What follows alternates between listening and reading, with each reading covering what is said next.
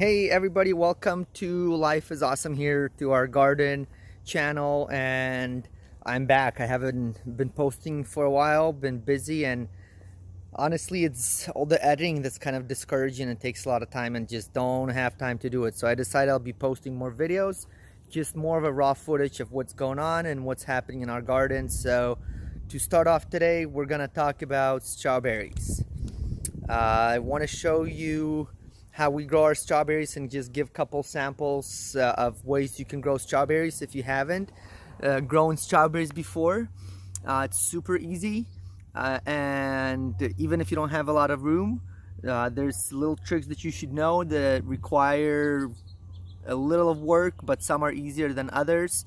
And I'll show you what I do and what I have as an options and what works best and what doesn't. And then if we want to dive in more details, or if you have any questions, feel free to ask on the bottom and I'll definitely give them an answer. All right, so here is our main strawberry field. We have rows of strawberries. All of these are June bearing. I don't have any ever bearing strawberries. Basically they're lined up in this square. I'm not sure how many feet this is, probably like 20 feet long or so, and I have walkways between them, and then we have two different varieties that are growing. So this is probably the most common way people grow strawberries, and part of the reason is that that's where we see it and how we see it's growing all the time. And as you can see, some places it's a little bit some dead zones here. We just replanted some strawberries here that are newer plants this year, so they're smaller. Other places it's more filled in, as well as you can already see we have some red strawberries coming in. It's May 16th and we actually ate 2 strawberries, but there's some strawberries, some red ones here already, a lot of green ones. There's a lot of green strawberries. One of the key things with strawberries is water, as well as weeding. So we don't use any chemicals or anything on our strawberries.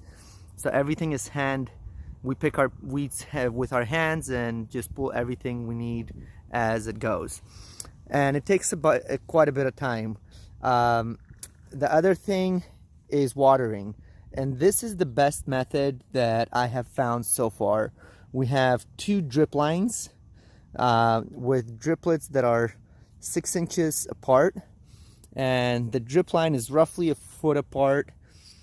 And they just go along the row, as you can see, all the way from front to back.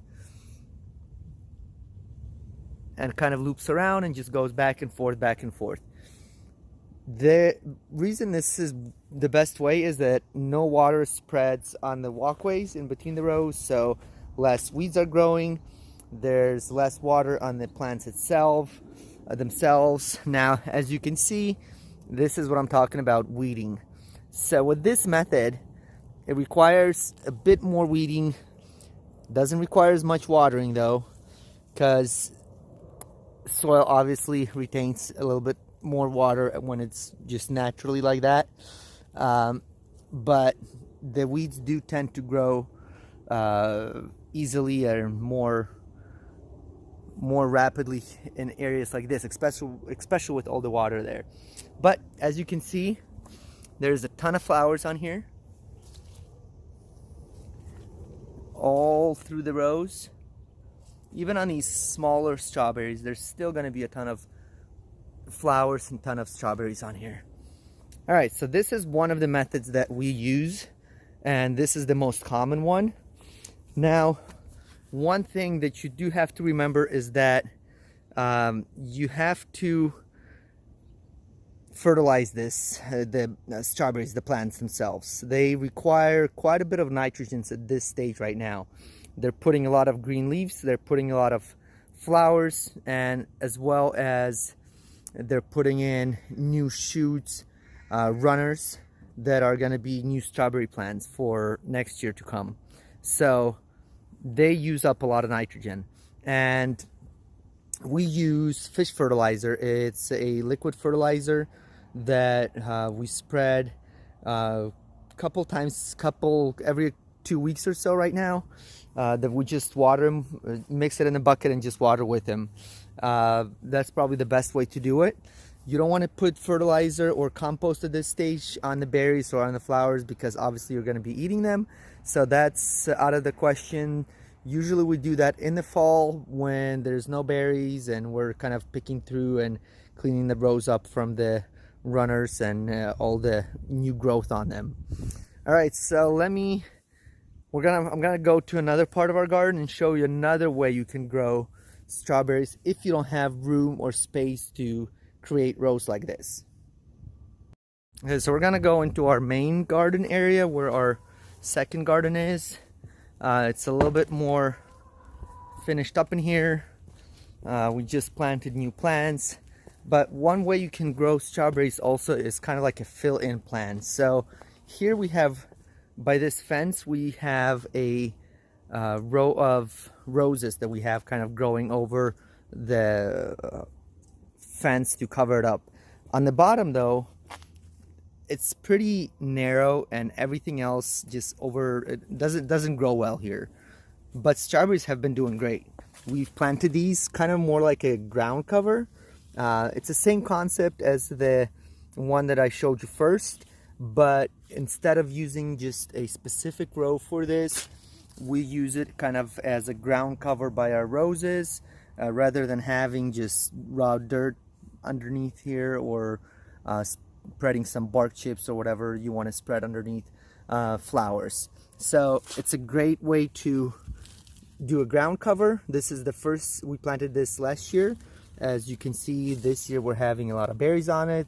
We're gonna get a lot of new shoots from here, which will kind of cover this up even more, and we should have a nice row cover here with strawberries next to our garden bed and next to our roses. So that's another way to do it.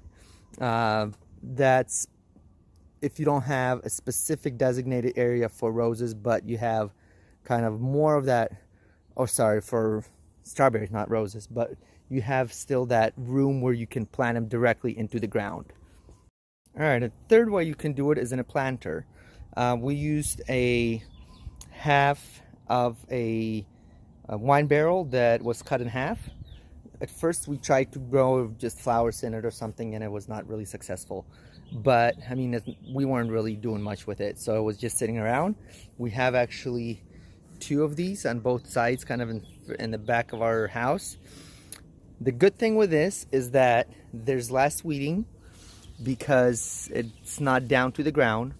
Snails are not gonna get in there. It looks cool, I guess, as a concept.